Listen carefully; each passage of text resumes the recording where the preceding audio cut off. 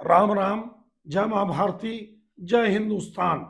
आप सभी का मेरे YouTube चैनल सत्य साक्षात्कार में हार्दिक अभिनंदन एवं स्वागत है।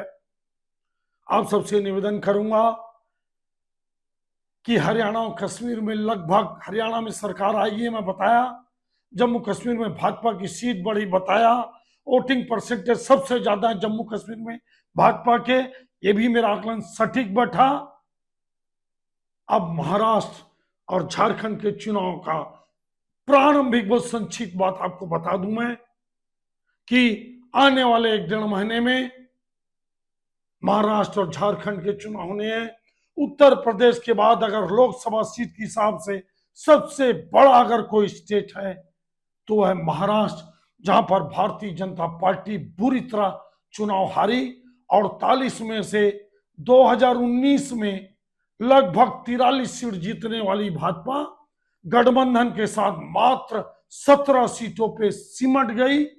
फिर मैं बोलता हूं, अति आत्मविश्वास, सी मोदी के भरोसे रहना, गलत टिकट बांटना और लास्ट मोमेंट में अजित पवार जी के साथ समझौता करना और उद्धव ठाकरे के शिवसेना के नैरेटिव को तोड़ ना पाना, वो तोड़ने का मंत्र है, तोड़ने का पॉइंट है, लेकिन उसको तोड़ नहीं पाई भाजपा, जिसको नुकसान हुआ।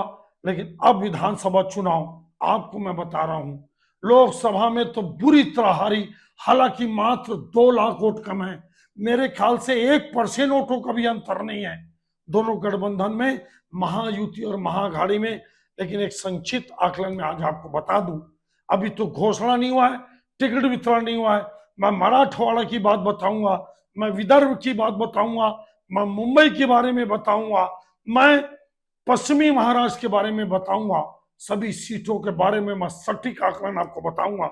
लेकिन इतना बता देता हूं आपको मैं, लोकसभा जैसा चुनाव नहीं होगा महाराष्ट्र का, कदापि नहीं होगा। ये मेरा प्रारंभिक आकलन है, याद रखना आप। जिस ढंग से ओबीसी वहां पे 35% है, मेरा हरियाणा का उठा लेना आप, जाट वर्सेस जो ओबीसी की वहां लड़ाई हुई, 30% जो ओबीसी वोट थे और नायब सिंह सैनी को समर्थन में, भाजपा के समर्थन में खड़े हो गए और जाटों का एक वर्ग भी साथ दिया, जो जाटों में भी कई प्रकार के जो हैं, लेकिन पिछड़ा वर्ग, ब्राह्मण, पंजाबी और जो अन्य समाज है, दलित समाज के लोग, जो कांग्रेस के साथ नहीं गए जाट जाट करने से।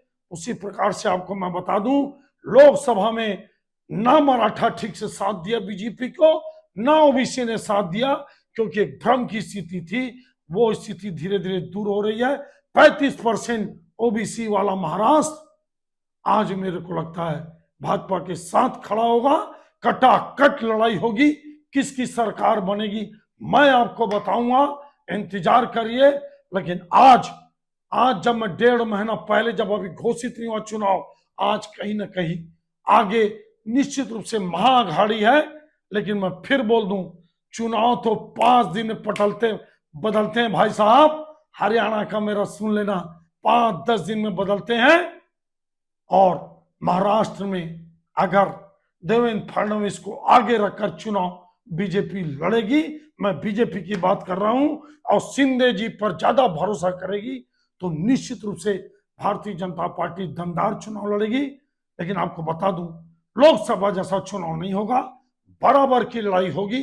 अब आ जाइए झारखंड में जबरदस्त चुनाव होगा, ये बता दूं। लेकिन जिस प्रकार से महाराष्ट्र में आज महाअघाड़ी आगे है, उसी तरह से आज अगर वोट पड़ता है तो झारखंड में बीजेपी आगे है, आपका सुदेश महतो की पार्टी के साथ। और चंपई सोरेन के आने के बाद आप मान के चलिए बीजेपी की ताकत बढ़ी है। बाबूलाल मरांडी जी के बीजेपी के साथ आने से बीजेपी की ताकत बढ़ी है। अगला आपको दोनों स्टेट का मैं अलग अलग बताऊंगा, डिक्लेयर होने दीजिए आप, तब तक मैं आपको बता दूं कि महाराष्ट्र टफ फाइट होगा। बीजेपी के कार्यकर्ता, बीजेपी के नेताओं में थोड़ी सी एनर्जी आई है और कांग्रेस की एनर्जी थोड़ी सी डाउन हुई है। हरियाणा और जम्मू कश्मीर के इलेक्शन के बाद कश्मीर में भी देखो ना, मात्र 6 सीट जीती, 39 सीटों पर लड़ने वाली कांग्रेस मात्र 6 सीट जीती और जम्मू में तो पूरी तरह से लगभग साफ हो गई। एक हिंदू एमएलए नहीं जीता कांग्रेस की पार्टी से। लेकिन आते महाराष्ट्र और झारखंड में, मैं आपको बता दूं, महाराष्ट्र में जोरदार टक्कर होगा, एज महाअघाड़ी को थोड़ा सा, और झारखंड में बीजेपी को एज है। यह प्रारंभिक आकलन विश्लेषण आपको कैसा लगा आप जरूर बताइए। मेरे चैनल को सब्सक्राइब करिए।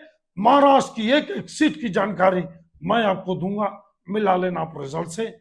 आपका बहुत बहुत धन्यवाद। जय हिंद, जय मां भारती।